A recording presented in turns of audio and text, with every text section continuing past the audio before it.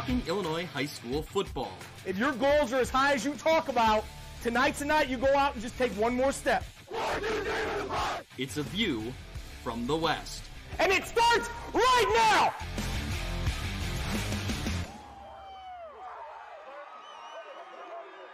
Welcome into View from the West podcast, the podcast covering Illinois high school football on the western side of the state of Illinois.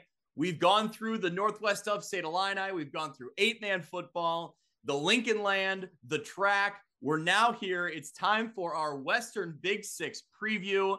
And you know, when it's time for the Western Big Six preview, View from the West seeks out football experts from around the area. Unfortunately, all of them are busy, so I ended up with Matt Randazzo, Corey Kuffler, Brian Stocking, and Matt Schuckman. You guys like that? I thought of that this afternoon. Couldn't wait to bust that. There's like four of us, so we all combined to equal one expert, right? Maybe something like that. Yeah. Like you, in order to get one valuable opinion on football in the Western Big Six, you had to get four people. Yes. So, but we will do our best. I'm glad Matt's here because I feel like he's going to lead the way and maybe make up for what Stacking usually lacks. So when you said that, I wasn't sure if you were referring to yourself in the third person or if you sound real high in my No, I would have said Dazzo. When I refer to myself in the third person, it's always Dazzo or Mr. Randazzo. So the voice you're hearing, the sports director at WQAD, Matt Randazzo, is here. Reporter, anchor Corey Kuffler is also here from WQAD. Brian Stocking, what's your title now? You're so high up the ranks now. I don't even know your position anymore. What do you? Contributor. Oh, you're more than that. Yeah. Anyway, Brian Stocking, longtime high school football guru, statistician, staff guy. Staff guy, yeah. Staff guy. From WQAD. Brian, you're in the control room. You're controlling Twitter or X or whatever we call it now every Friday night for WQAD. And last but certainly not least, so glad to have Matt Schuckman back here, the editor of Muddy River Sports. Schuck, how are things down in Quincy? Things are good. Things are getting busy, just like these guys know. It's running around trying to get previews for everybody, and we're less than 2 weeks away from kickoff now. Absolutely. I've seen Chris Dewar's putting on the mileage, doing his barnstorming tour, and you're getting the articles pumped out there. So it's awesome. It's been good so far. Weather hasn't been too bad, and everybody's been talkative so far. We'll see how this week goes with, they got the pads on and full pads on, and who gets tired and who clams up. Yeah, exactly. All right. Well, before we jump into it, we want to make sure we thank our sponsor. Today's episode brought to you by our friends at Breedlove Sporting Goods, Western Illinois' premier sporting goods store for uniforms, apparel, equipment awards, and online team stores. They provide all the same sporting goods services that the big nationwide companies do, but with a faster turnaround, and their uniform pricing is a fraction of the cost you're probably used to. They offer the name brands such as Adidas, Under Armour, and Nike, and are extremely responsive with inquiries.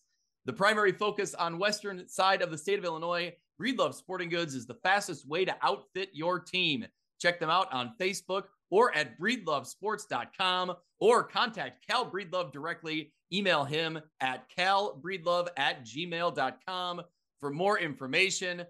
Boys, here we are, the Western Big Six preview. We've rolled through every school in every other conference. It's time for the big boys.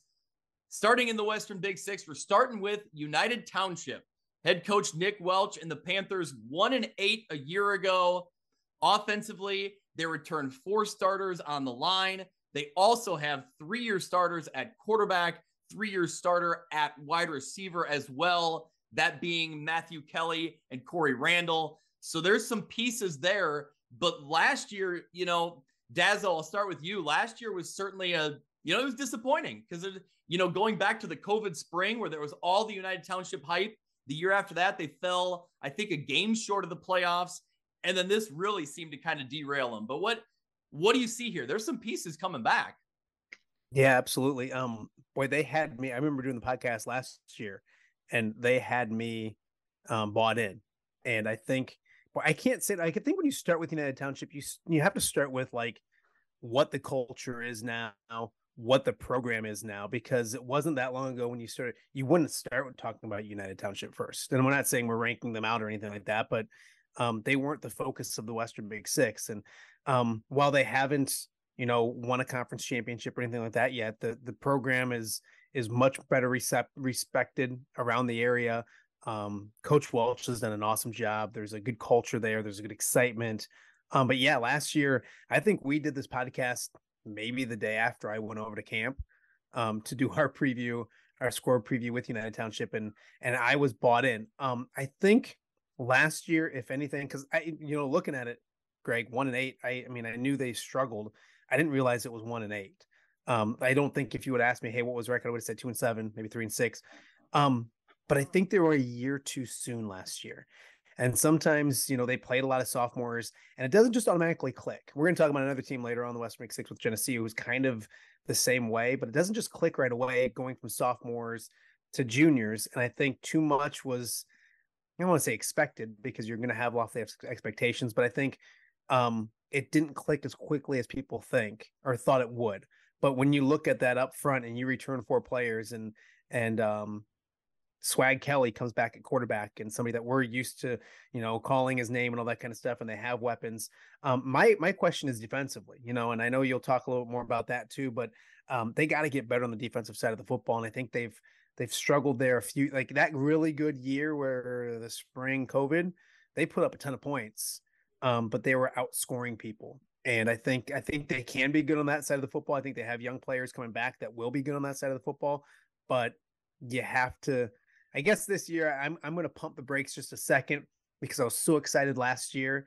I love what Coach Welch is doing, but you got to see it on the field, and they have the pieces there. It looks good on paper, and they're going to be ready on Friday nights when it comes to an energy and enthusiasm. But we'll see what they do and how they get started against a LaSalle Peru team. I think it's at home this year. Remember, they got off to a tough start last year at LP. See if they can get off to that better start. I think things just snowballed quickly, it seemed like, with United Township last season. Yeah, I mean, Coach Welch referenced, needing to stay healthy, and he also referenced that fast start that you just talked about and improved defensive play. So, those are the kind of talking points that he's seeing as well. The same things that we're seeing on this side of things. Like I mentioned, Matthew Swag Kelly, as we heard the nickname last year, he comes back with, he had a lot of offensive yardage for him last year, and he's back. Corey Randall is a dynamic playmaker. When he gets the ball in his hands, he can really make some things happen. He's a kid that I'm excited to see how they utilize, how they get him in space, how they help him, be a mainstay in this offense this year as a senior. And then Isaiah Navarrete, a running back who's only a sophomore, but he'll be in the mix, figures to get some time. And the returning linemen, couple 3-year starters in Jacob Vandeweely and Aaron Clifford, and then Andy Adame at right tackle, a senior 2-year starter. So there's experience there kind of all across the board. Cuff, what's your thoughts on UT? Well, the first thing they did right was get Loyola off their schedule. That was just a terrible game for them to play last year. And I know they needed a game, but they have a bye right now in week 8, and they didn't pick up Loyola. So that was good. I think they need to get Corey Randall the ball whenever they can. Like you said, he's a dynamic player. I don't know if you switch him from wide receiver to running back or some kind of H-back where he can catch the ball out of the backfield. I think he's got to be a guy that touches the ball. If you have a 10-yard drive or a 10-play drive for a touchdown, he better touch it 4 or 5 times if you're going to do something on this team. And Matt mentioned the culture. That's the biggest thing Nick Welch has really turned around with United Township, is he turned that culture around. Despite the season they had last year, the kids were still all bought in. There was none of that fighting on the sidelines. They were all for one another. They were still playing for one another despite the record that they had. And you don't want to put too much the cart before the horse here, but looking at their schedule, if they can get that win in week 1, they have a potential to win 5 games this year, I think. Yeah. Yep. Stock Yeah, it all goes back to Kelly. Last year, he had a game against Galesburg where he threw for 311 yards. And when you look at UT, they had the last 3 games and 4 of their last 5, they scored 31 points or more. But like Dazzo said, their defense was their downfall. They gave up 63 points twice last year. So, but getting back to UT, they open at home with LP. Last year, LP's quarterback was a senior who was the coach's kid. He's graduated. I heard LP's changing their offense. Shaw local newspapers out of LaSalle talked about that LP may be changing their offense. If UT can win that, they have a very winnable game against Chicago Public League school. They could go into the opener against Sterling 2-0. And if they don't play week 8 in the view of the state because the Pioneers don't have a team because they're laying out, that's going to be a win. So they could start off, they could have 3 wins, and all they have to do is win 2 Western Big Six games, which I think they could do. So 5 games is not a playoff bid for UT, is not out of the cards. And had there been playoffs in that COVID year, UT would have been a playoff team. Yeah, absolutely. Yeah. Schuck, anything on UT? Well, I would echo what Dazzo said about the culture. I think Coach Welch does a great job there. And it's a different UT program than it was a decade ago. Mm-hmm. But I look at it and go, you still got to prove something to me. 2 years ago, they started out 3-0. There was a lot of hype, a lot of talk about how good they were. They came to Quincy, gave up 48 points to a Quincy team that went 4-5 that year and didn't do anything after that. Then they go 1-8 last year. Okay. There's a lot of talk again now. A lot of, we got some experience. We got this. Prove it to me. Prove it to me that you're a different UT team. Right now, we haven't seen it fulfilled yet. I think Coach Welch will get it done. I really do. I think he's a great coach, a great guy. I think he's really changed the culture there, but he's got to prove it to us. Yep. And what Chuck said is that's fair. What Chuck said is absolutely fair. I think last year, I think we put cart ahead of horse because of what looked like on paper.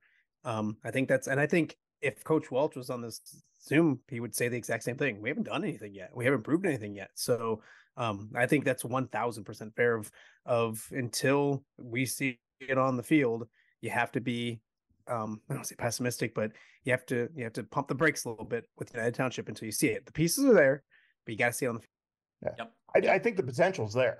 Mm-hmm. They just got to follow through on potential. Yep, absolutely. That's what, what makes this team intriguing, I think, this year for sure. One more story that I wanted to give a quick shout out to. It's a name we talked about, I think, in this podcast a year ago. Grayson Anderson was a kid for United Township that Coach Welch was really excited about and had been coming back from an ACL injury. He had a second ACL injury that kept him out a majority, maybe all of last year. So Coach Welch said he's a 4-year varsity athlete that's only played 22 minutes of high school football. He's now been named the captain of the team for the 2nd year in a row. And Coach Welch said he's one of the best players, leaders, and teammates that he's ever coached. And he just really hopes that he gets the chance to really showcase his skills this season. He has been cleared for full participation. So they're really hoping that he can have, that positive kind of ending to what's been kind of a rocky career for him. So anyway, just wanted to, give a shout out to him. We hope for the best and hope that he can get on the field, make some contributions for a UT team that, like we said, has something to prove. So, all right, boys. Well, that's United Township. Let's keep moving along here. We'll jump into Galesburg. Silver Streaks. Derek Blackwell, head coach, went 3-6 a year ago. Talking to Coach Blackwell, he likes their speed, likes the athleticism this team has in 2023, starting with quarterback Gino Williams. Gino Williams is a kid we saw in flashes last year. I think he ended up getting put in due to injury, or he was kind of the next man up, coming in at quarterback, but he played well and kind of showed some skill set, as an athlete out there in the quarterback position. Coach Blackwell wants to utilize him, spread the field, get a more consistent run game, and improve their run defense as well. So they have building block, kind of like United Township. They have things to work on, things to improve. But along with Gino Williams, you have Amari Richardson also back. He was a playmaker we talked about several times last year. So, Cuff, can Galesburg turn it around this year? And it's the same kind of question we just had about United Township.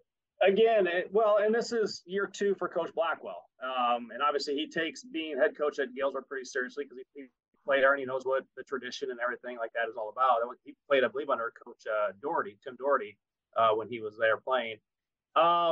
Again, it's one of those things, we got to see it. I know that every team is hope springs eternal this time of year for every team, but you got to get the wins you're supposed to win. 3 wins last year was good for them. That's probably where they should have been last year. Can they take that next step? Their schedule isn't very favorable. Dunlap was a playoff team last year. Limestone's not good, but then I have no idea about the team they played from Indian Creek in week 3. That was their team they slotted in there for Alleman. But then the Big Six. I mean, it's going to come down. If they're going to make a push to the playoffs this year, they're going to have to try to win those first 3 games, steal one somewhere in the Big Six, and then that last game against UT and Galesburg would be their toss-up game. If they could get that one, they could get in the playoffs. I don't know if that happens this year for them. I see them possibly 3 wins, maybe 4, depending on how that team is from Indiana. But I think 3 wins might be their biggest potential this year. And again, nothing wrong with that. It's just they got to have the guys step up, and they're going to utilize that speed, spread that field out, and see what they can do. It's a good thing they're not playing in October, because the name of the school is Trafalgar, and there's a Trafalgar Day in England. Sure, if you say so.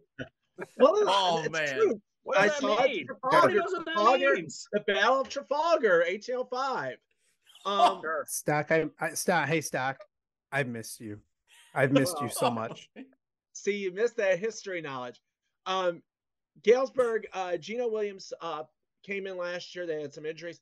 Galesburg's got to stay healthy. That's been their big bugaboo the last couple of years. They've had several injuries that have derailed their season. Galesburg, though, last year, in the last 2 games, they scored 100 points combined, 100 points total, and twice last year they scored 52 points or more. So the offensive game plan's there. They just have to have the athletes stay on the field. If they could stay healthy, they could make some noise. And I think you're right. I don't want to. Go ahead. Sorry, Dad. Go ahead, Chuck. But No, you you're look good. at what they did offensively last year.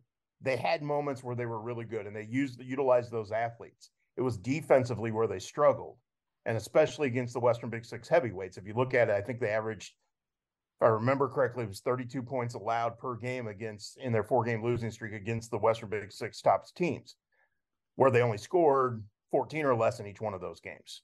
So offensively against teams that are average or slightly below average, Galesburg's athletes take over. Against the better teams, the more physical teams, Galesburg struggled defensively. If they can shore up defensively, maybe they can get to that 5-win. Yeah. Yep. I would just say this Galesburg team maybe is the biggest unknown because of the youth. They feel they feel like they're what UT and maybe Geneseo was last year, where they're going to rely on younger players. I think they're going to take some bumps along the way, but it's going to help for the future, if that makes any sense. I think getting these guys and these younger players valuable varsity experience, it might not show up on the scoreboard this year, and it will maybe at times. I think when building a program for the long haul, I think this, and I also would echo what Cuff said, that Derek Blackwell's the right guy for the job. You know, we've talked to him several times. Great guy, bleeds Silver Streak football. I mean, that's just what he's the right fit for the right job and all that kind of stuff. So I think he'll do a good job. And just, these are guys that, like, we're learning their names now, that maybe next year when you do this podcast, it's kind of who we're starting to talk about first, because they're talented younger players that might be returning. I think they're a year away from being anything really good, but they're going to be intriguing and fun to watch throughout the entire season. They always are. And great stadium, by the way, down there. One of the most underrated stadiums in the Western Big Six is down in Galesburg. Yeah, that's the, the model of here's how to do a stadium renovation the right way, or not even a renovation. They moved. I mean, they moved sites right across the street. So anyway, what you got to like, last note on Galesburg, talking about Blackwell's getting kind of, ingrained in the system here, obviously been a long time Galesburg guy, but as a head coach, I'm saying, he referenced in his, preseason notes to us, he feels like the buy-in is there this offseason from those younger players. So, new head coach takes over. It does take a little bit of time to really build those relationships. And especially with the younger, 8th grade or those, freshmen that are new when you are new, to really, gain that trust, right? To know that, I'm committed to you and I'm committed to making this program what it is. So hopefully, he references that he's seeing the buy-in that will go a little bit, go a long way in helping them out as well. So let's move to Geneseo, the Maple Leafs. Head coach Larry Johnson, 20 years on the sidelines as head coach for the Maple Leafs. Man, he is, ingrained out there, and he, you know what to expect when you go out to a Geneseo practice. And I always appreciate it. I love the way he runs things. He's all business, right? I mean, I'm sure if you find him somewhere at home on a, Saturday in the spring, maybe he's a little more chill, but he's all business. And I appreciate that about Larry. Last year, Geneseo was 5-5. They lost in the first round of the playoffs to Carterville, 36-7. This year's team is a team that I feel like we've kind of been watching the last couple years, these group of players, I should say. It seems like this has been building. There was a lot of buzz around this team when they were in JV level, and now they're here. It's a senior-heavy team. Larry said in his comments that they're looking forward to this year. They have a lot of 3-year starters that are there. He said it's really important for them, those 3-year starters, to take control of this team and lead. And, they have quite a few guys, obviously 3-year starters, but guys with a lot of varsity experience. When these guys were sophomores, they were in there. They were kind of thrown in, and it was, maybe not out of talent, out of necessity. They needed to be in there. And so they learned on the job, and they've had some success. Certainly last year, they made the playoffs.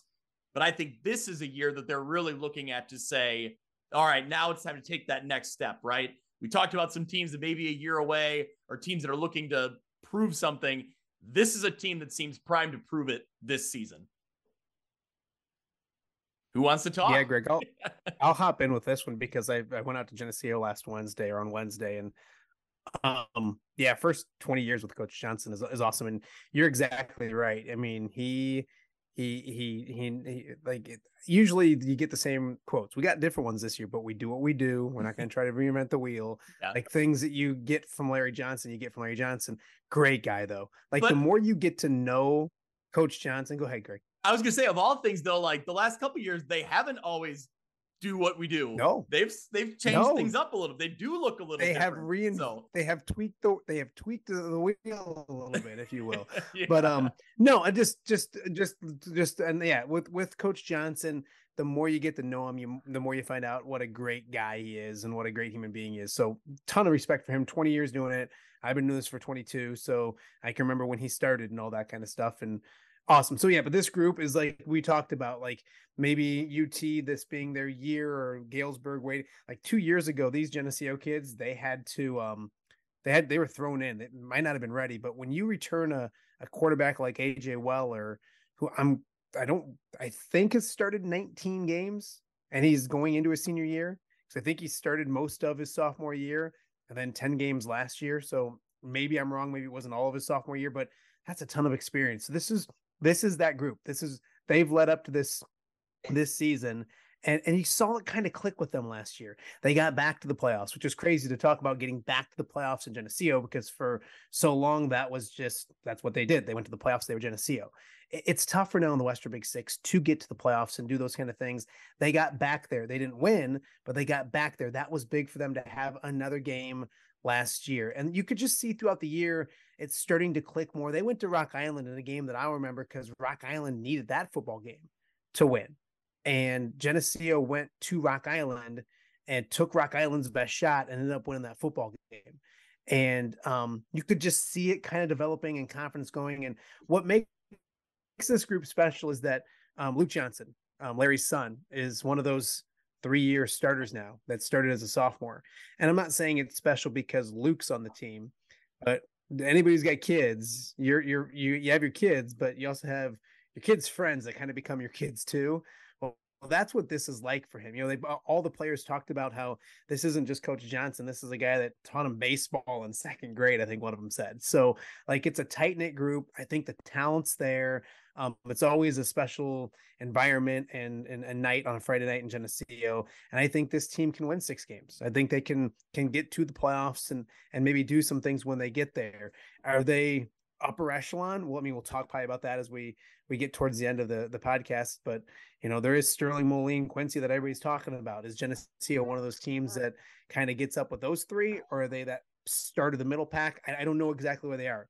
But Greg, you have the list, and I'll let you run down the things that Coach Johnson sent in. But these are names that if you gave me a dime for every time I said a lot of these names, I could buy a couple Polar Pops, Greg, if you know what I'm if you're picking up what I'm putting down. I'm always in for one of those. So AJ, and how are they not a sponsor of the podcast yet is beyond me. I need to talk to Circle K. That's a great point. Right?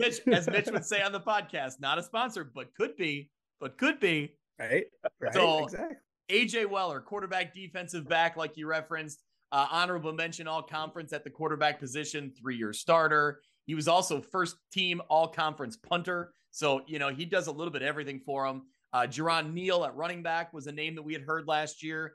He was an honorable mention all conference. You also have linebackers, Caleb Craterfield, Nathan Dunker at linebacker.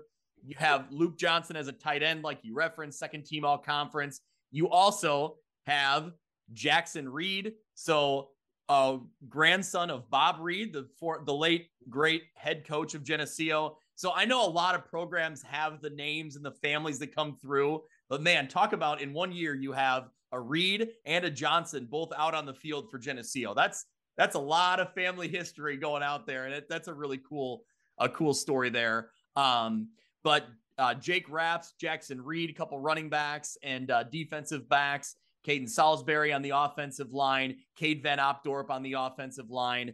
You also have Nolan Famali on the offensive line. Another 3-year starter, was an honorable mention all conference. So again, just going through this list, Nathan Dunker, I don't know if I already said him. I'm saying the same names over and over again here, but a lot of talent coming back, just a lot of players that are not going to be phased by the big time games and the atmosphere in the Western Big Six. I think you got a lot of teams or a lot of players here that are ready for that challenge in the Big Six, no matter who it is. When you look at AJ Weller, last year he had over 500 yards rushing and passing in Western Big Six games. He had 12 total TDs. Also, Jerry Neal gained almost 600 yards in the Western Big Six with 6 touchdowns. Geneseo is a dark horse team to win this conference. They're also helped by their schedule. Week 3, the opening week of Western Big Six play, they go to Moline. It's going to be Geneseo's experience against Moline's inexperience. It's at Browning Field. If Geneseo wins that game, they could be a dark horse to win the Western Big Six. Are we predicting things again? Stockpile. Is that a prediction? No, my prediction is they're going to beat Sterling this year, ending an 8-game losing streak to the Golden Warriors. Even though Sterling shut them out 3 straight years and has limited them to 1 score in the last 7. They have a 159-minute and 22-second scoreless streak against Sterling, 13 quarters. They will score in the first quarter. They will beat Sterling this year. That is my upset prediction. I wish. Hey, real quick, how did last year's go? Just out of curiosity. What, the last year's Sterling Geneseo game? Sterling won. So your prediction? No, your big prediction. That one about I think it was UT to beat Moline. That one went into that one went into the Tidy Bowl real quick. I wish people listening to this could see Stocking with note card in hand, like waving his hand, going crazy. I may have to tweet this out, Stock. This video's too good. I want to know who's in the background, Stocking, waving. They were waving their hands a little bit ago. I don't know. I can't see behind me. I have only eyes in the front of my head, not the back. It's Mama Stocking. Is that Mama Stock? She is here. Yes, she is listening. Yes. A live studio audience for the Western Big Six podcast. We spare no expense. You're like a poor man's Lee Corso. Like you're really giving us the. I was just going to use the Lee Corso. Oh, we need to get mascot heads out on WQAD's set. That's the next thing, man. He is a mascot head. Like that is brain stacking. Okay. So. Yes, I think Geneseo is one of those teams that is definitely is going to be in the mix. Schuck, you agree? You're nodding your head. I totally agree. Larry Johnson got his head coaching start down in this neck of the woods. He started at Pittsfield. I did not remember that. Wow. He had four seasons at Pittsfield, took him to the playoffs once in those 4 years. That was back when you had to get to 6 wins to get in the playoffs. And I think he got him to 5 wins twice in that stretch as well. So, dude, he knows what he's doing. We know that. with their experience. And again, we've seen it time and time again in the Western Big Six. The teams with senior laden groups rise to the top. I don't know if Geneseo can win the league this year. There's a team we're going to talk about a little while later that I think is going to win the league or has the potential to win the league. But Geneseo is going to beat somebody that we all sit there and go, wow, that either gets them deeper into the playoffs or gets them a better seed, but they're going to upset somebody, and it might be Sterling. I wasn't going to call out, a game necessarily, but I agree. I think somewhere in that mix, they're going to pull off a game that you maybe didn't expect based on recent, results. Right. I would totally agree with that. Anything else on Geneseo before we move along? I think we all agree that this is a team to watch for. All right. Well, we'll take a quick pause. We'll thank a couple of our sponsors here. If you're looking for the perfect gift for your high school football player, check out Mathewson's mini helmets. They offer totally custom mini helmets or decals for your school. Find them on Facebook or on Twitter. We are also thrilled this season to introduce the Mathewson's Mini Helmets Player of the Week Award. The best performance from our area will receive a custom View from the West mini helmet, customized to include the student's athlete's name and their school. Again, Mathewson's Mini Helmets, so glad to have them on board. Find them on Facebook and Twitter. We're also happy to be sponsorship with Brink Sportswear, offering totally custom, made-to-order football uniforms to allow coaches and athletic directors to take control of their brand. The uniforms are available in sublimated and tackle twill. They offer free digital mock-ups, free shipping on team orders, free physical samples before you buy, so you know exactly what you're getting before you spend any of your program's money. Uniform sets starting at $99 for sublimated, $120 for tackle twill. You can find them on Twitter or go to brinksportswear.com. And now, Stock, we got one more ad. You got to help me out with this one. You ready? Yes, I've got it up here. Yes. View from the West is also sponsored by the Cupcake Cartel. Gourmet cupcakes that are made to order, over 40 flavors, including wedding cake, lemon blueberry, strawberry milkshake, snickerdoodle, and Oreo. Perfect for weddings, birthdays, fundraisers, showers, or how about a View from the West listening party with cupcakes? You can find the Cupcake Cartel on Facebook. We want to thank them for their support. Oh, Stock, you nailed. Come on, guys, give it a round of applause. That was really good. I had the script. That's well done. Can I ask real quick, Greg? Is there a way that the Cupcake Cartel finds their way to the score after a Friday night? I thought about that. Yes, we could absolutely make that happen. We'll have to get some cupcakes on the set on a Friday night. That would be excellent. Stocking, the reason I wanted you to read that ad, one, because I knew you'd excel and you'd dominate, but I just wanted you to hear you say the word snickerdoodle. So I knew that would be good. So the Quad City's first and only fantasy football show, For Fantasy's Sake, has you all covered when it comes to all of your fantasy football needs. The guys come to you live every Sunday morning during the football season from 10 to 11:30. They've got the best analysis, rankings, DFS, and gambling advice between the Rock and Mississippi Rivers. So tune into For Fantasy's Sake every Sunday during the football season from 10 to 11:30 a.m. on Facebook and YouTube. All right. Let's keep moving down the list in the Western Big Six. The Shucks team. Time to talk about Quincy. The Quincy Blue Devils are next on our list. Matt Schuckman may have heard of them. Head coach Rick Little. In 2022, they were 8-3. They defeated Glenwood 49-42. They lost to Lamont in a kind of a wild one, 38-24. A very good Lamont program that Quincy kind of, went toe-to-toe with for a while in that one. Quincy brings back a lot from last year. They, look to continue to improve. Head coach Rick Little mentioned they, want to build off that success, that, each stepping stone each year is, get a little better. They want to keep being explosive on offense. They want to improve their defense this season. Number one key, staying healthy, keeping their playmakers on the field. Braden Little at quarterback. He threw for 2,773 yards, 24 touchdowns. Jarius Rice, he had 1,500 yards, all-purpose yards. We called his name out a lot last year. Tykel Hammers at wide receiver. Caden Johansson at wide receiver. Jack Metalmeyer, a name we've said a lot.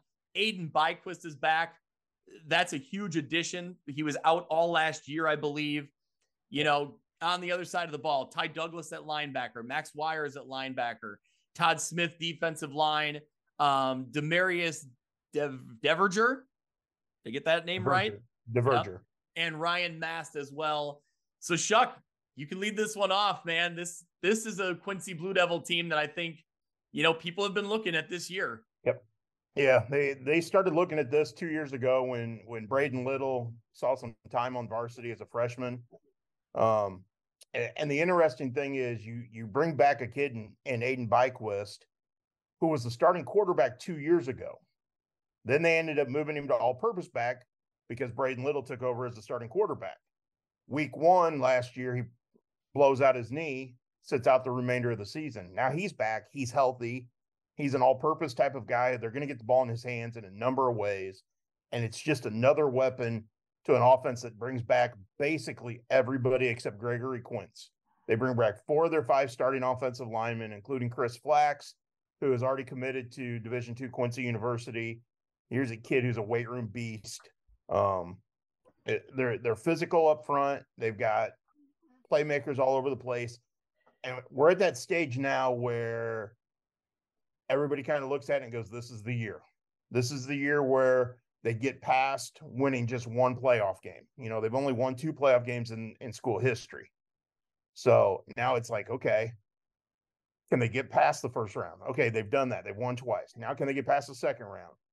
And to be honest, there's a lot of people thinking this team could go 9-0 this year. Quincy has not gone undefeated in a regular season since 1901. Stock, did you know that? That's a stockpile stat. Did you see the reaction on his face? You just got stockpiled by Schuckman. What do you think about that? Well, he's the dean of Quincy sports. I mean, I love it. So this team this program is kind of built for this year. They played young kids each of the last couple of years to get ready for this.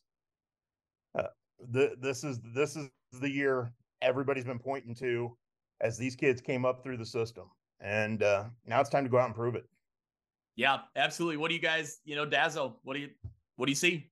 I'm not going to say anything because we have him here, so I don't need to say anything, but I got questions because you mentioned winning 2 playoff games.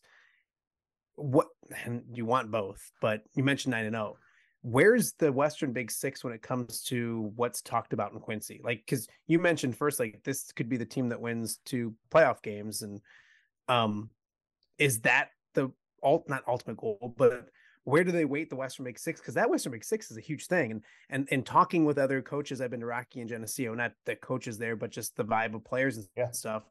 And Quincy's talked a lot about, there's a ton of respect for this team.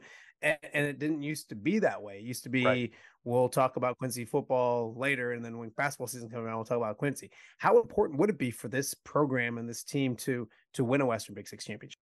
It would be very important. I had somebody the other night on Twitter reach out to me and ask the question, when was the last time Quincy potentially would be favored to win both football and basketball in the Western Big Six in the same year? I don't know if they will be favored come basketball season, but they're going to be in that conversation. Absolutely. And they're just like they're in the conversation for football. And, honestly, you got to go back to the 1974-75 school year where they won both to have a true sense that Quincy is relevant as much as it is now in football. When was the last football? The last football Western Big Six championship. Western Big Six championship. 2016. Okay. They've only won 4. Am I correct in that? 4 or 5? Trying to think off the top of my head. Big Six football title. 16, they had Brock as the running back, correct? That would have been his sophomore year. They had him, and they had Devin Smith at fullback. And they ended up losing in the first round of the playoffs to Willowbrook on a late touchdown where they fumbled the ball away. If they had gotten the first down, they could have run out the clock. And they didn't give the ball to Brock or Smith on that play. Everybody remembers that one. Yeah. Hindsight being 2020, huh? Yeah. So again, it is but think about it. That was Gyro's sophomore year. They didn't win the league with him as a junior or a senior. Right. So winning the league's a big deal, but I think for Quincy right now, for this group of kids, for the fan base, for the community, a push deep into the playoffs would mean a whole lot. Would mean more. Yeah, Western Big Six title would be a big deal, but Quincy is always, you got to get deeper into the playoffs to go. We're a better program. We're not just one and done in the playoffs. Would you say, let's say Quincy wins the Western Big Six and loses in the second round of the playoffs, or Quincy finishes second in the Western Big Six and wins 2 playoff games? Probably the latter would make people more happy. Now, either way, like that's a good question to be asked, when it comes to, but probably.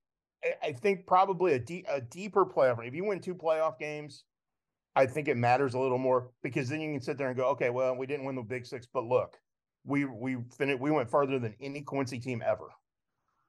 And I think that face it, Quincy's football history isn't great. So right. So like trying to do things that either haven't been done, win 2 playoff games would be a big deal to this group. Going 9-0 would be a huge deal to this group. Obviously winning a Western Big Six title would be a big deal.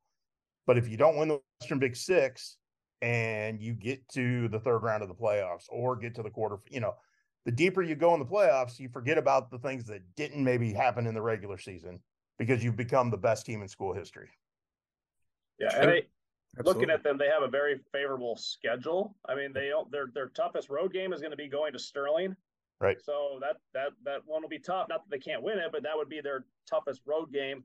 And I'm excited to see Little. I mean, I've seen in the past couple of years that the kid can spin it, and he's got some good receivers. I'm really excited to see him. And I know the other day I was at Moline, and like Dazwood said, there's other teams talking about him. Moline's talking about Quincy as well. So there's teams around the Big Six that know what they got this year with Quincy.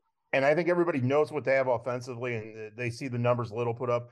Face it, he's starting his junior year. He's already has the school record for single game passing, single season passing, career passing. It's just the numbers are kind of stupid. They're video game like.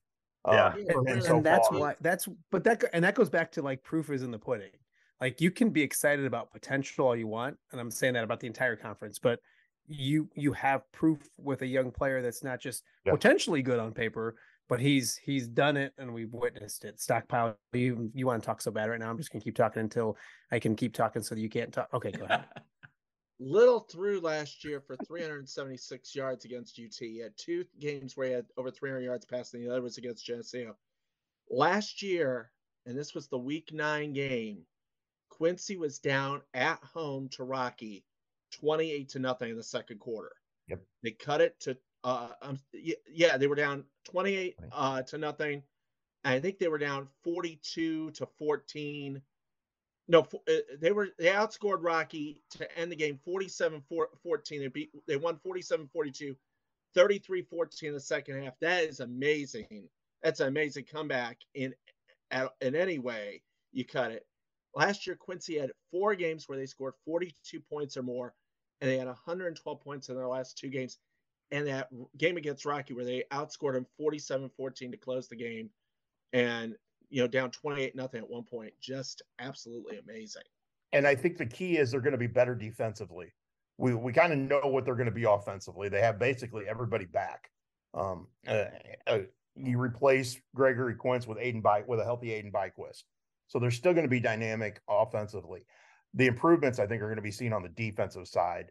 Ty Douglas is really good at middle linebacker. Max Wires, their other starting inside linebacker, is coming back off a knee injury, looks incredibly healthy, looks really good laterally.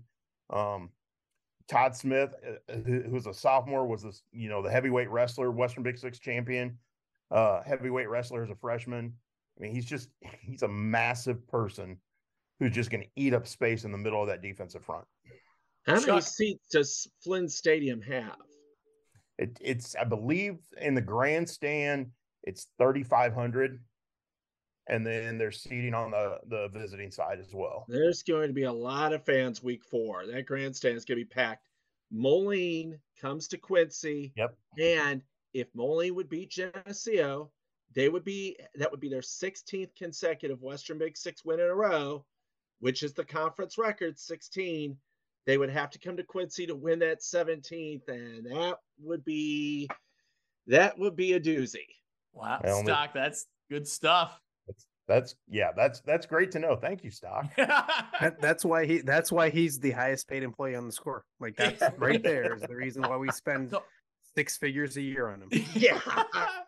So I think they spend 6 figures on you and Cup. So Schuck, I guess before we wrap up our Quincy talk, we may talk about them again later when we're talking about our favorites in the league, but what do you think their mental makeup is like? I mean, what do you know about these kids as far as, the roles reversed this year? Last year, they were kind of chasing Moline. They were chasing Sterling.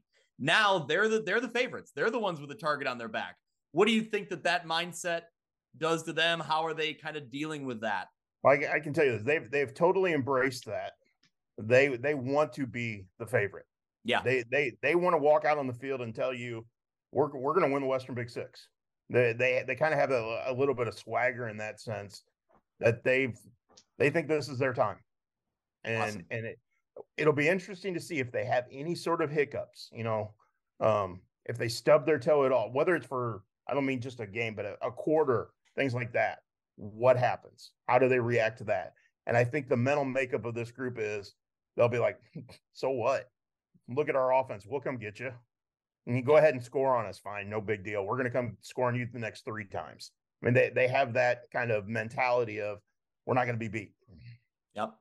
This is another one of the many reasons why I'm jealous of Chris Stewart, who's the GOAT down in your guys' area, because like how easy is Quincy games going to be to go get highlights from? Like you're going to get so much offense. You're going to be like, I have too many highlights so that's a good, we get teams like that every once in a while, but yeah, you're right. They're going to score quickly. And, you're going to have to figure out a way to outscore Quincy. And there's not a lot of teams that can outscore Quincy. Do you think, Schuck, that Coach Little never comes up for the Western Big Six banquet? He's coming. I've been told he's coming this week. Is he? That's what it said. Like in the email that we got, it said that he was coming. So that would be awesome. That would be awesome. I hope he does. I know a lot of people want to hear about Quincy. Yeah. And I realize I get it. Like I'm not saying that in a negative. No, I know in the past there's been some. I'm not saying that in a negative way. Yeah, well, it's. I get it. It's a Wednesday night, and you're asked to drive 2.5 hours each way, or whatever it is. So, no, I get it. I did see that he was supposed to be coming, but I've heard that in the past. So hopefully he does, because it's a fun team to talk about. I'd like to talk about if I was coaching Quincy. I'd be all about talking about myself this year. So very cool. That's awesome. Should be That's fun. Very cool. Well, from the maybe potential favorite this year to the champion last year, let's talk about the Moline Maroons. Head coach Mike Morrissey took the Maroons to a 9-2 record last year. They beat DeKalb 21-13 in the first round of the playoffs. In the second round, they lost an all-time classic game to Yorkville, 34-31. I know that a lot of Moline fans don't want to look back and remember it fondly, but man, I mean, just as an unbiased observer, it was a hell of a football game, one that a lot of people never forget. Anyway, moving forward, they're going to be a different looking team this year. They have, a lot of pieces to replace off of that team a year ago.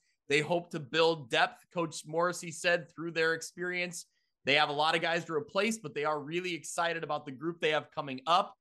But, Coach said that this new group has to prove it. They got to prove it on Friday nights, that they can look good in practice now, but they got to show up in the games and do it. So he thinks the strength offensively will be on the line. They had to replace 4 out of 5, but that they may be more athletic than they were a year ago, and that they are gaining a lot of confidence. They're getting more physical, but he does like what he's seen there so far. Defensively, he thinks they'll be aggressive. They'll be athletic with their front 7. They have some good depth in the secondary. They have linebackers that can run. They'll be fast. So, Cuff, start with you and Moline. You know the Moliners. So, well, it would go figure that the first preview I shot this year was Moline, right? Yeah, absolutely. That's the way it should be, right? Yeah. Greg is shocked. Greg is absolutely shocked. Stunned. No, I walking up to Coach this year, I said, "Hey, can I get Sibley?" He looked at me funny. I said, "What about Fuller? What about Rhea? What? All these guys are gone. I mean, they lost a ton of offensive players. it's going to hurt them a little bit. I mean, it's going to take a little bit to get back to where they were, if they can even get back to where they were last year as far as offense. When he told me about the line and only returning one, but he was excited about him, I go, are you kidding? And he said, no. He's like, they're just as good, but they're more athletic. Like you said, their line, they have what? One person returning is, I think it's Nano Cepeda, and they call him the Samurai. And the reason is because the way he has his hair, he looks like a samurai warrior. It's pretty cool.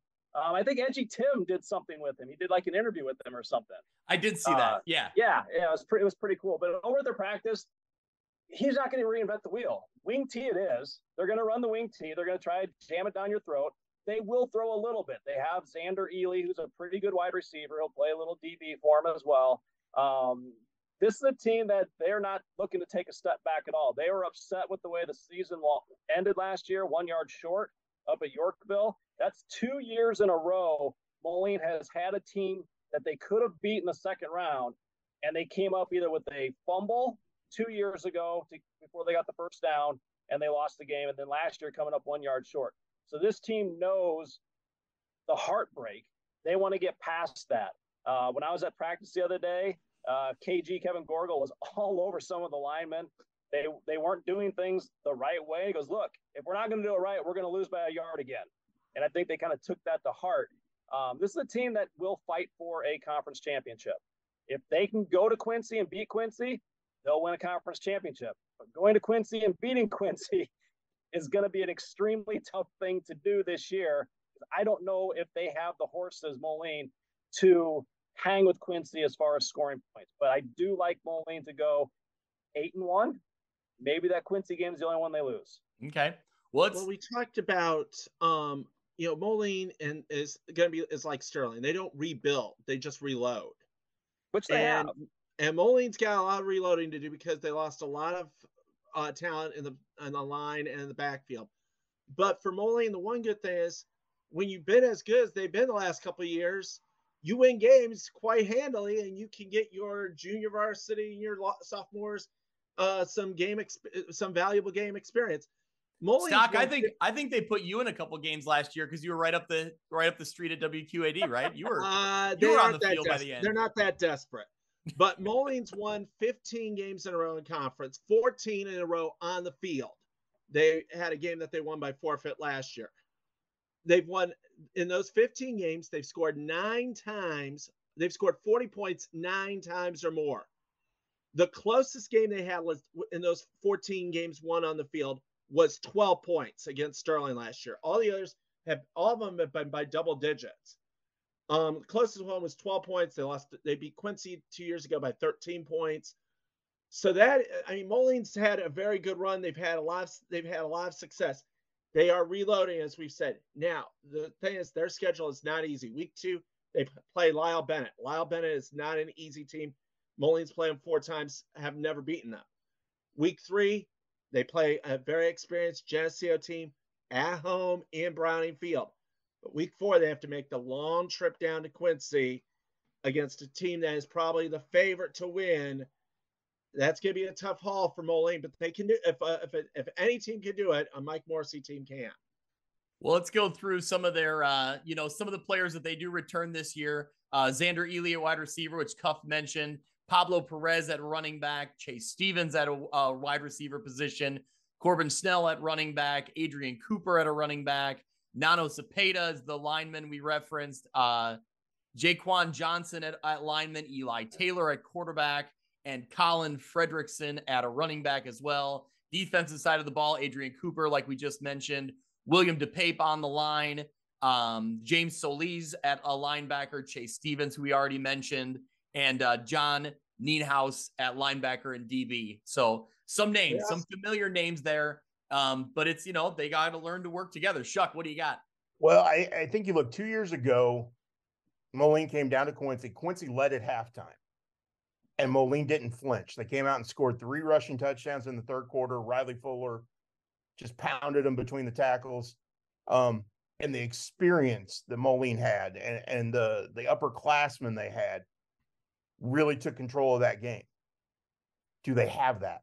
Do they have those kids that when they're down at halftime to a team that could potentially win the Big Six, or a team they're fighting for a playoff spot, or all those things. Do they have that experience? Do they have that knowledge to go, okay, we're going to come back out and win it? Or are we waiting to see if they can do that? I think right now that's where I think Moline is. I think, like Stock said, you reload. You're Moline, you reload. You don't rebuild, you reload. So, but if you don't have the senior experience, it could take a toll. Dazzo, you got anything? Yeah. What do you got? And yeah, some of those guys last year, you just knew we're going to get the job done. And I think maybe a theme we're having here is like the difference between potential and like looking good and actually have done it. Moline is still a question mark, because while they have reloaded, and I want to talk about two quick players real fast after this, but I think even Mike Morrissey would say, I feel great about this group. I think they look really good. I think they're going to be good. I think we can do all these things. But last year he could say that and then say, because we did it last year in this game. Like that's a great, Stack has the stats. He's staff guy for a reason. So he had all those things, but those guys are gone. Like all of that winning streak, I'm not saying all of them are gone, but a lot of those guys are gone. So they have to do it again. Adrian Cooper, I keep hearing fantastic stuff about. He was a sophomore last year. His best 4 games were the last 4 games. I think he only played a lot of varsity the last 4 games, but if you remember against Yorkville, the 2 biggest plays of the game for Moline both came from Adrian Cooper. Really good kid. I've talked to Mike Morrissey about him. Great kid, quiet kid, but a really good football player. I think that's a guy that you're going to hear that name more and more this season, and I think he's a college football player someplace in the near future in 2 years. And then the DePape kid who comes over from Pleasant Valley, his older brothers playing Big Ten football with Michigan State. That's a nice get. Somebody you can add size and strength to the front of your defensive line and all that kind of stuff. So yeah, it's Moline. We like them because they're so close to the station that when they kill somebody, they have running clock and they can come join us for the score on the grill instead of having to do Zooms and stuff. So yeah, they're going to be in the conversation. We'll get to, I'm assuming we'll probably do some type of picks or something like that later, but yeah, they're going to be in the mix. It's just not the Moline team that is going to be really good. You just think they're going to be really good, and you just have to wait to see it unfold. But you guys are right. Those first, Lyle Bennett, Geneseo, and Quincy. Where's the first game? Glenbard North or something like that? At Glenbard North. So I don't know enough about that, but I do. I know 2, 3, and 4. They were 4 and 5 a year. They were 4 and 5 a year ago, but it's a big school up in the suburbs. So you never know. By the time they go down to Quincy, Mike Morrissey should know a lot more about his team, because I think week 2 against Lyle Bennett and then week 3 against Geneseo, they're going to find out more. That's a daunting task to go down to Moline to Quincy this year. We might have to send somebody this year, Cuff. We might as good as Viewer is. That's a go-to game. Oh, for sure. Maybe we'll send Stackpile along with them. Perfect. No, he said no. Has won the last 6 years. Morrissey's won the Western Big Six 4 times, all 4 times undefeated. Sterling and Quincy or Moline? Sterling and Quincy are the only 2 to win it. Since Sterling and Geneseo entered the conference, Sterling and Moline are the only 2 to win conference. Yeah, right. That's crazy. All right, well let's jump over to Moline's longest rivalry with Rock Island. The Rocks have a new head coach, but a familiar name in Rock Island, a familiar name to the Western Big Six. Fritz Deudone takes over as head coach. 4 and 5 Rock Island team a year ago.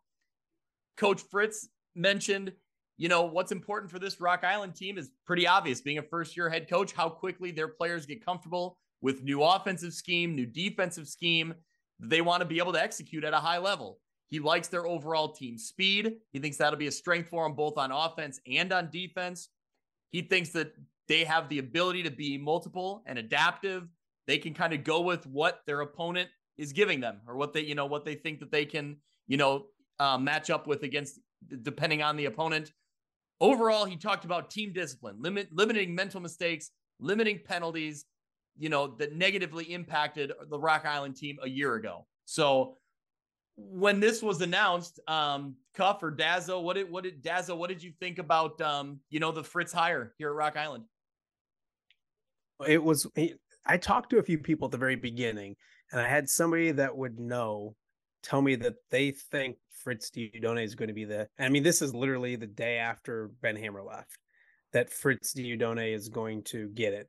Now, from the outside looking in, and if you look at a resume, you're going to be, and we've talked about it, the 1-17 in Alleman that number doesn't take into account everything he went through. So, I mean, I look at what he did at Alleman as a positive on his resume. I get the number looks terrible, but like when you take it into context and holding that team together and building and doing what they did and everything like that, it was a tough situation for anybody to get in. I think he did a fantastic job with kids that weren't big enough, strong enough, fast enough to be playing in the Western Big Six to do what he did. So won't dwell on that. I think he was a good guy for the job. He has experience in the Western Big Six. And what's crazy is we talked about the coaches banquet a few years ago when he took over for Alleman. He gave a great speech at the coaches banquet. Great guy and a great talker. And he talked about like wanting to be a head coach in the Western Big Six and never getting the opportunity. And now we finally got it. So I just asked him the other day, I'm like, I reminded him of that speech, and I was like, what if I would have told you 2 years later, you're not only a coach in the Western Big Six, but you're back at Rock Island where you want to be and where you've had so many ties to and stuff. And he's just, he thanked Alleman for giving that opportunity. He might be the right guy for that job. I mean, I don't think it blew people away because of the 1-17, which is stupid. And I'll tell everybody that's dumb. I don't know how many games are going to win this year. We'll talk about them in the future, or this year in a second. But when it comes to overall hire, I think he's going to do a good job. I mean, I think he's a disciplinary type of guy that is going to do a good job with those kids, knows the school, knows the area, all that kind of stuff. So there's not too many better people when you talk about just pure people. And I say that about all the coaches, so it probably kind of sounds redundant, but for the majority, and I think all you guys can agree, we're lucky to be working with a bunch of good guys that teach kids the game of football. But Fritz is one of those really, really good people. So will it equate to winning this year? I don't know for sure. We'll talk about on the field in a second, but I think he's the right. I mean, it's not the home run. It wasn't the wow hire that I think some people in the Quad Cities and the rest of the Western Big Six. I'd love to get Shuck's take here in just a second on it from what the reaction is from other communities, but I'm sure it took some.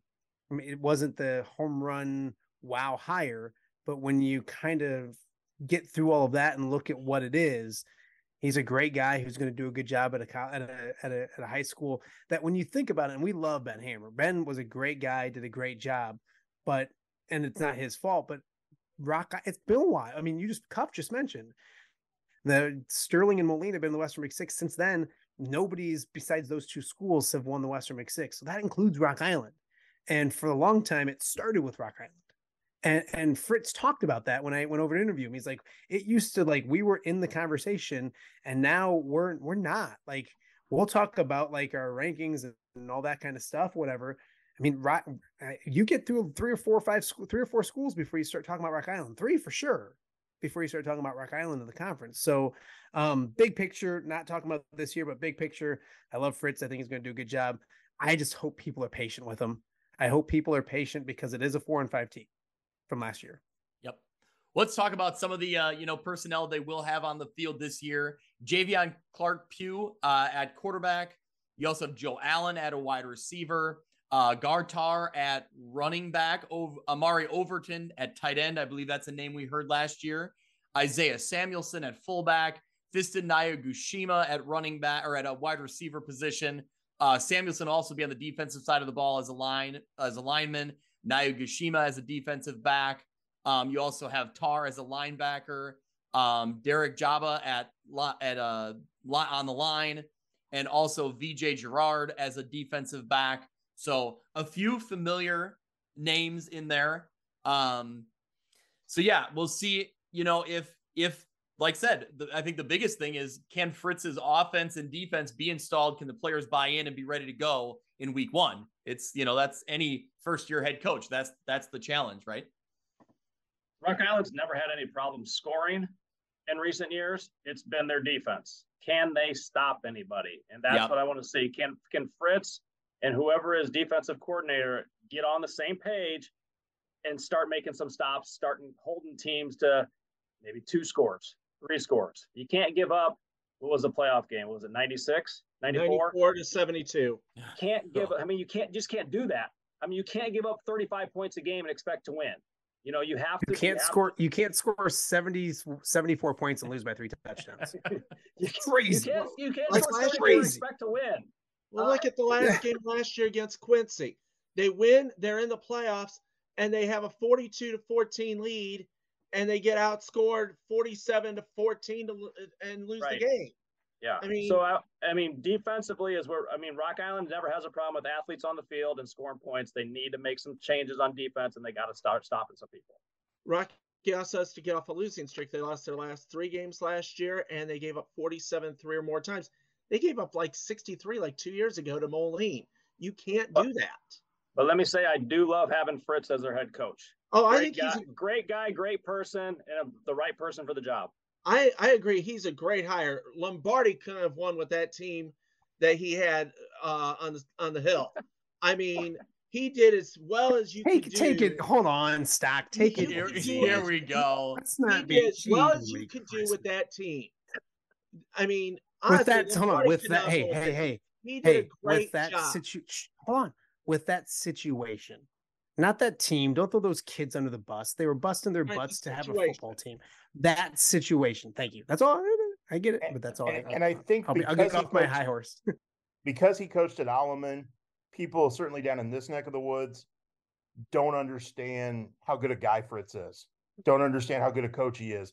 All they can see is, well, he coached at Alleman and went 1-17. So to the general fan in this area, they don't understand what Rocky did. And I think there was some skepticism of, well, you hired him because they don't know. They don't understand. They don't have a relationship with him. They don't know what he's been through. All they see is what you said, Dazzo, is they see the 1-17, and that's what they have to go on. I think when they see what he does at Rocky, people will go, okay, yeah, that makes sense now. But it's going to take a year or two for him for people to see that.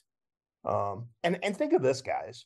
We're talking about the Western Big Six football historically, and we're talking about Rocky not being one of the favorites and Quincy being one of the favorites. Right. It's just weird.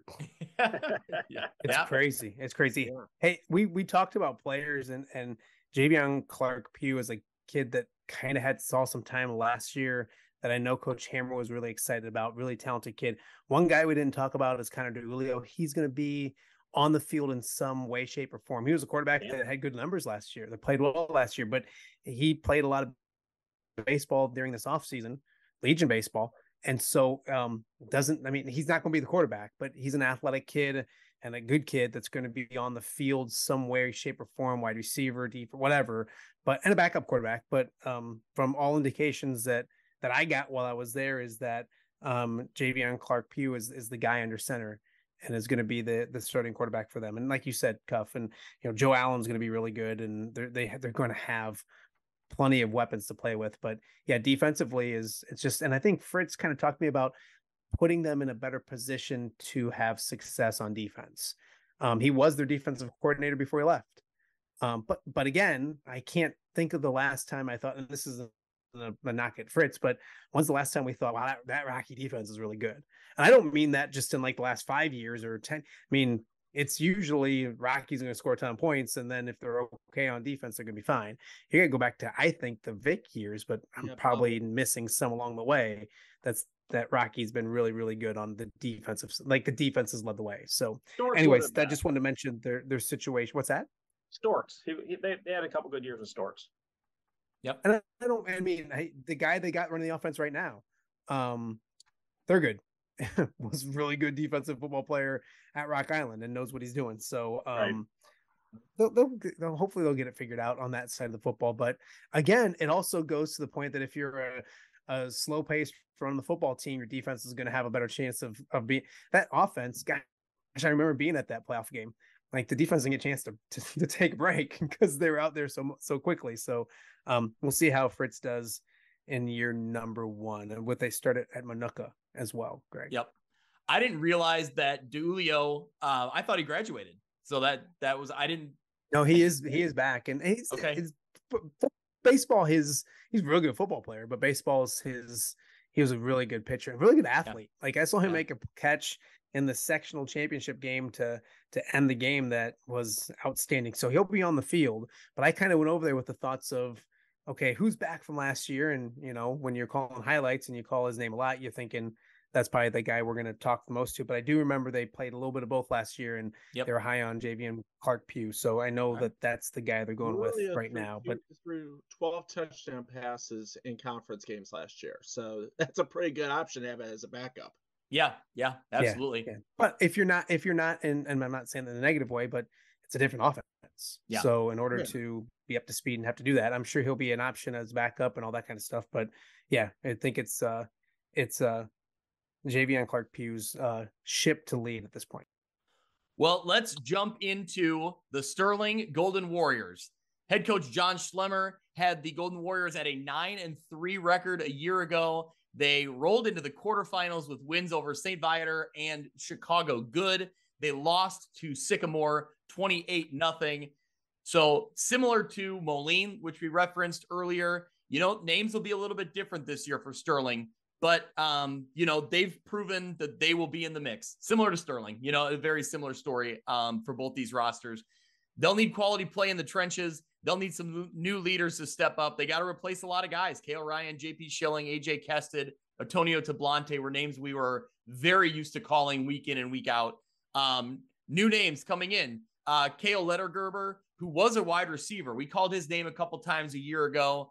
He'll be moving into the quarterback position. Lucas Austin, 6'7", offensive tackle. He's getting some Division I looks. First team All-Western Big Six a year ago. He'll anchor that line. Another name to watch out for, Andre Claver. He was injured all last season. He will be a running back, wide receiver, linebacker. He's the reigning Sauk Valley Media Boys Basketball Player of the Year. So that's an athlete that's immediately being thrown in that you didn't see last year. So Sterling, you're not worried about. They're going to have some talent. They're going to have some athletes on the field. And on the coaching side of things, Schlemmer and his coaching staff has these kids in the position to make the play. You know, they're in the right spot at the right time. I expect Sterling to be in the mix again. Cuff, what say you? Yeah, I was at Sterling Thursday to check them out, and the first person you got to ask about is Lucas Austin. I mean, he's the big guy that they're going to lean on offense and defense. He's probably going to be an offensive lineman come when he goes to college. He's getting a lot of D1 looks, but he didn't play AAU basketball this summer, so he could gain some weight, put on some muscle, and get stronger for football. And he's like, 6'7", I think he said. He's like 245, 250. So he looks good. He's still thin, but he looks good. He's strong. And don't be surprised, whichever way they run, Austin's going to be on that side of the line that they're going to start to run the ball on. The other big thing he said was having Claver back. Claver told me last year he got injured just before the season, had to have a surgery before the season, and never played. And it just killed him last year to watch his teammates go out there and play, and especially that Sycamore game that they lost 28-0. He could do nothing but sit there and watch on the sideline. So he's really excited to be back. He's hoping to make a big impact on the team. And then Schlemmer, of course, you know, he plays it down like he always does. He's like, oh, good thing I have good assistant coaches because I'm not a good coach. It's like, well, you are a good coach. Come on. But they're going to be a team that they're good every year. I mean, they go down to Metamora to start off the season. There's no slouches in this team. They're one of the top three in this conference year in, year out, regardless of the other teams or who else might fill in that other spot. This is a team, if they get some breaks, if they can beat Quincy at home, they may have a chance to win a Western Big Six title. But they're definitely going to be a team that's either 8-1 or 7-2 on the season. They do start at Metamora, and they also have their first Western Big Six game is week 3 at UT, which could be a pit for teams that are inexperienced. And Sterling is inexperienced. The one thing that Schlemmer's always had, he's always had the 2 quarterback system. But usually I don't think he's not doing that this year. Well, just let me finish. And go ahead. Usually one of the quarterbacks was a veteran and the other was a youngster. The Sauk Valley Media said in late July that it was there were 3 quarterbacks that they were looking at. Drew Nettleton, who was the 3rd string last year, Cale Legenberger, and Joe Holcomb. So I guess now they're down to one. You said that they've got the one and that they're going to be a one quarterback team. They got a lot of parts to replace. They lost Tablante, they lost Kested, they lost Ryan, they lost Schilling. They scored 159 points in the last 3 games. They're going to have a very tough go replacing all that. But like we said earlier with Moline, Sterling doesn't rebuild. They just simply reload. And if they can reload, they can be a team to watch for. They haven't always done the 2 quarterback system. It's been about 4 years. Most of the time. It's been about 4 years or so. Sterling Thornton. There was only one quarterback when he played. For a few of those really good years, they only had one. And Stocking, the other thing I want to bring up is how many times are you going to butcher the name Lettergerber by this year? I think you just called him Leader. I think you just called him Lieberberger. Well, my it's hard to read, at my age. Which sounds delicious. Hard to read. Yeah. Shuck, what do you got? Well, again, like we talked about with Moline, Sterling reloads. It doesn't rebuild. But I think that you have to find the experience factor is a big deal. And think about it. Week 7, Quincy has to go to Sterling. It's the longest road trip in the Big Six for anybody, whether it's Sterling to Quincy or Quincy to Sterling. It's the longest trip there is. Quincy's got to make that trip. Not an easy thing to be on the bus that long, get off, play, and be at your best. That's an advantage for Sterling if Sterling is playing well at that point. Yep, absolutely. And probably an advantage for Sterling. Probably an advantage for Sterling to have that game week 7 instead of week 3, just so that they get their foot. I mean, then you get some more experience, some more games under your belt. So. I think Schlemmer's a good guy too, just so I can echo what everybody else says. Yeah. I want to get a Tootsie Pop right now and put it in my mouth just talking about him. Names which means he has Tootsie Pops. He likes Tootsie Pops. That's what it means. Absolutely. Just in case somebody doesn't know that. Names to watch on the defensive side of the ball for Sterling: Kendrick Muhammad, Caden Phillips, Andre Claver, who we already referenced, Braden Birdsley. So Muhammad's a name we talked a lot about last year as well. So and Phillips was a kid last year as a sophomore who made a name for himself on the basketball court. Schlemmer and Coach Vasquez have a nice relationship. Vasquez used to actually help him coach football. So there's never that animosity of having a basketball player play football or anything like that. But yeah, Caden Phillips, a very athletic kid as well.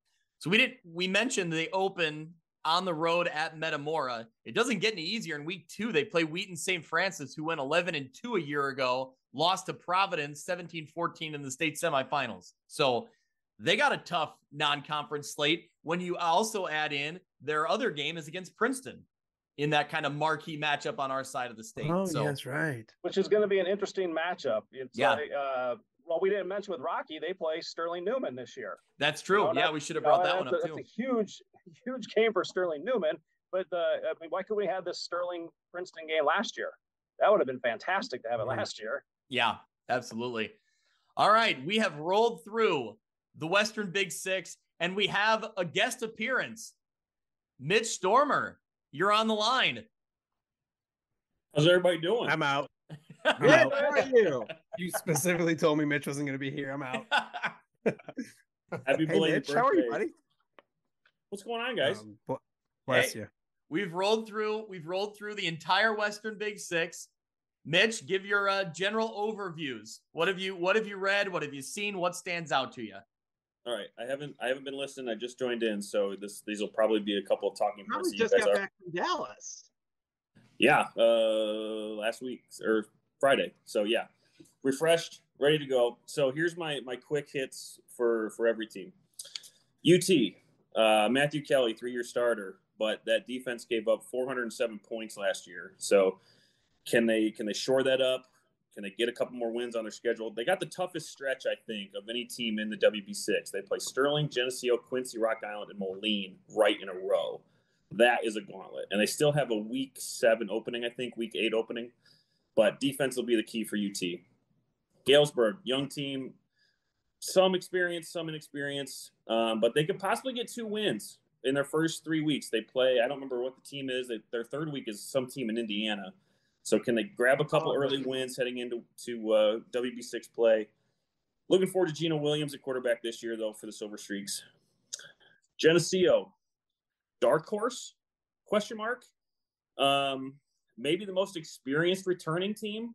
A lot of seniors on that team. AJ Weller, Dron Neal, Luke Johnson. That's a pretty deadly combo on offense. I think they'll do. They're 5-5 last year. I think they'll get to 6-3 this year going into playoffs. Quincy, most explosive team that will probably cover out of any conference. Brain Little, I think he'll go for over 3,000, over 30 touchdowns this year. But a tough finishing stretch. Sterling, Geneseo, and Seymour. Those are three pretty hard games heading into the playoffs and towards the end of the season there for Quincy. Moline, the defending champs, looking at their defense to see if they can be the story again. They allowed the least amount of points last year, and can they rely on that to maybe offset any inexperience or new guys coming in on offense? Rocky, new coach, new system. Can their team speed be enough to let them hang around in games? Kind of have the UT problem right with their defense. They allowed over 300 last year, so they got to be able to tighten that up to stay in those games. And then Sterling, you guys were just talking about it. How do they replace all of that production? It's not going to be an easy task. Certainly, I expect them to be in it, but tough start to the season, like you guys were just talking about, Metamora and Wheaton St. Francis. So can they have the most points in the Western Big Six again? I don't think so. That title will probably go to Quincy, but yeah, expect them to be one of those top three teams right again, as always this year. All right, that's great. That is a great recap, synopsis of the entire conference. Before we head into the picks, our picks for the Western Big Six. Anyone not saying Quincy? We'll start there. Are we all in agreement it's Quincy as the favorite? Oh, Dazzo, what do you got? I got Alabama winning it. I'm sorry, guys. It's my contract. No one's picking that. No one's picking all of them. They won't lose a game that they play this year. Yeah, tell me a loss. Tell me a loss. Yeah, exactly. No, you know what? I did like. I think Quincy's really, really, really, really, really good, but they're not in my viewing area. Okay. So okay. I will pick Moline to win the Western Big Six. Fair. Because they are in my viewing area. But I think Quincy, Shuck, do you get what I'm saying? They're really, really, really, really good. Like, you know what I'm saying? They're really good. I'm going to pick Moline because they're in my viewing area. Keep the people happy. I'm picking Quincy and the game of the year, week 8, Geneseo at Quincy. Okay. All right. So I guess if we all think, I guess, Shuck, I'll start with you. Does Quincy go 9-0? Yes. There you go. I truly believe that they have enough firepower offensively, even if they have hiccups defensively, they can overcome that. Yep. I just don't see anybody on their schedule that's going to have a defense good enough to rein them in enough to keep them from winning.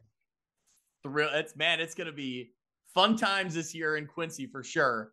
Yeah. Okay, so if we got our first place out of the way, but I think maybe the more interesting conversation, who comes in second?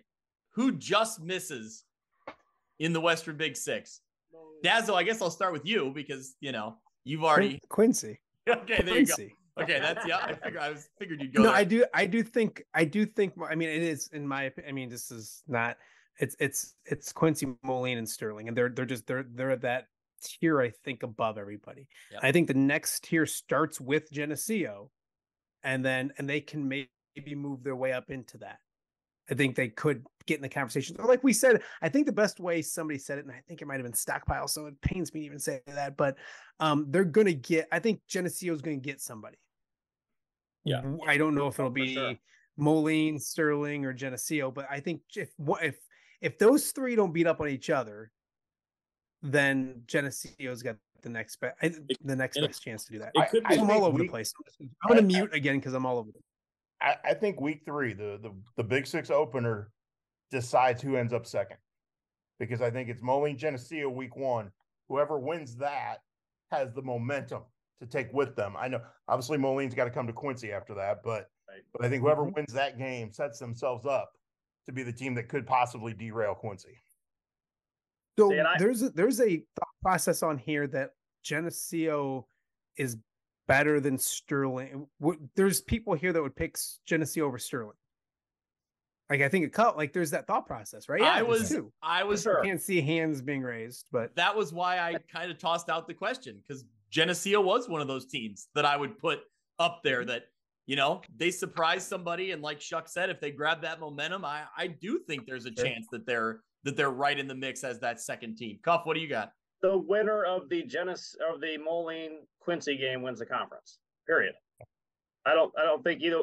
Whoever wins that game, and the loser takes second. The loser takes second because they'll run. Both teams will run the table from there. I'm pretty simple. He's a simple man. Okay. Stock says Geneseo. Mitch, what do you got?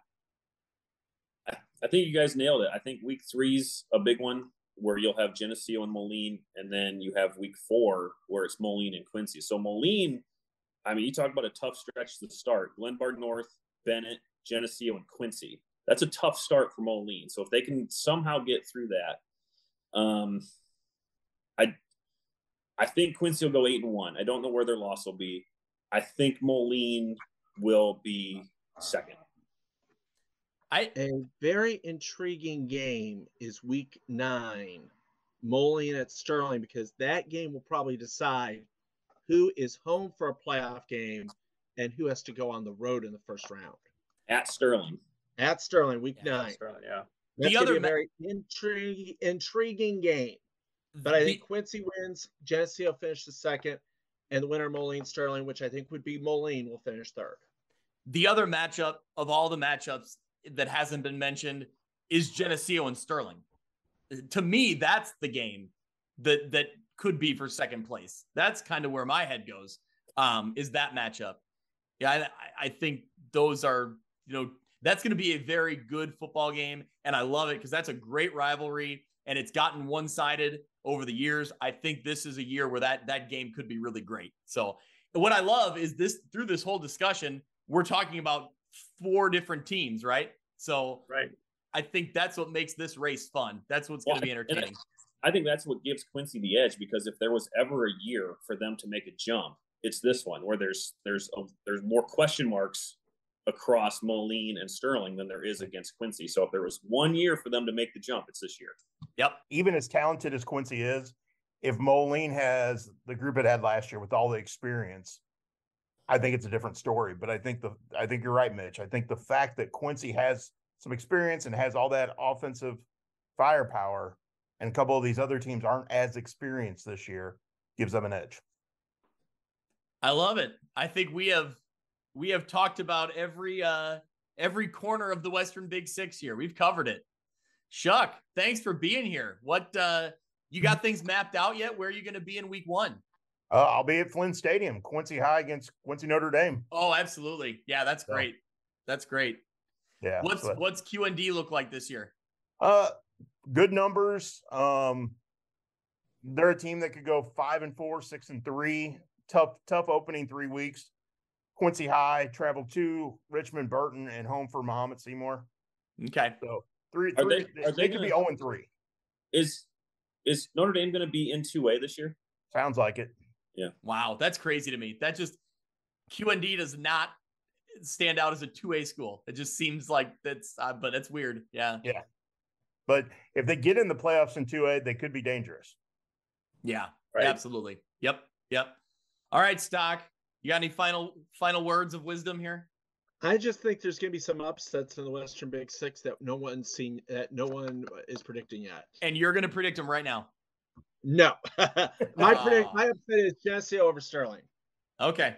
Cuff, got anything? Can I say goodbye to Mama Stock? Can I say goodbye to Mother Stockpile real fast? You can, yeah.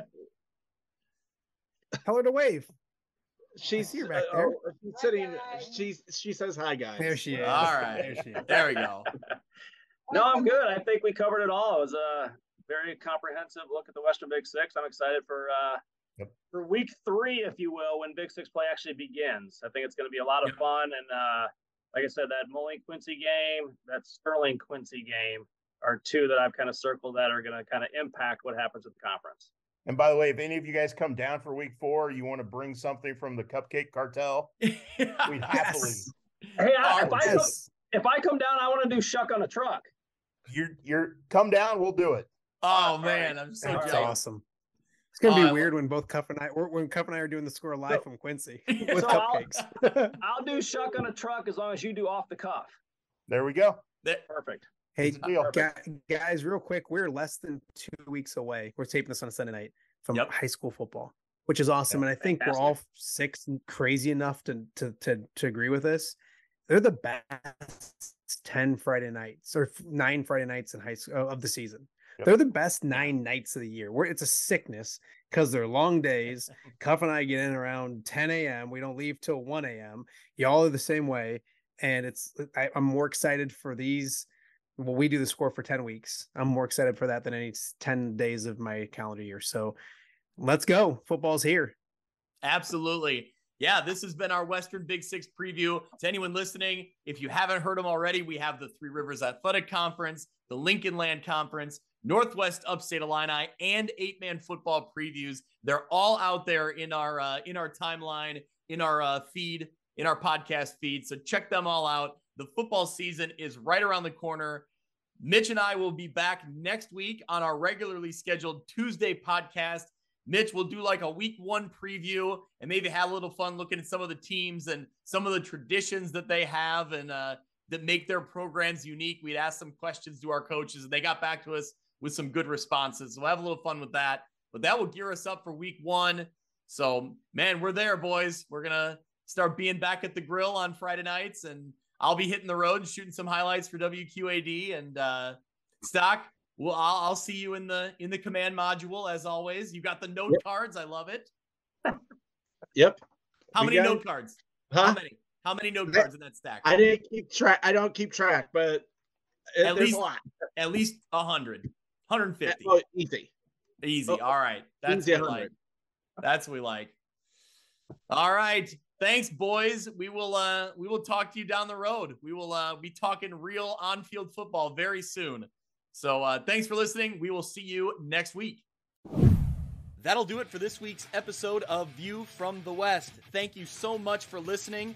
I encourage you to go out to Apple Podcasts or Podbean and subscribe so you can follow along, and downloads will come automatically every week. You can follow along on Twitter at ViewFromWestPod. You can also email me if you're interested in being a sponsor, viewfromwestpod@gmail.com. Thanks so much. We'll see you next week.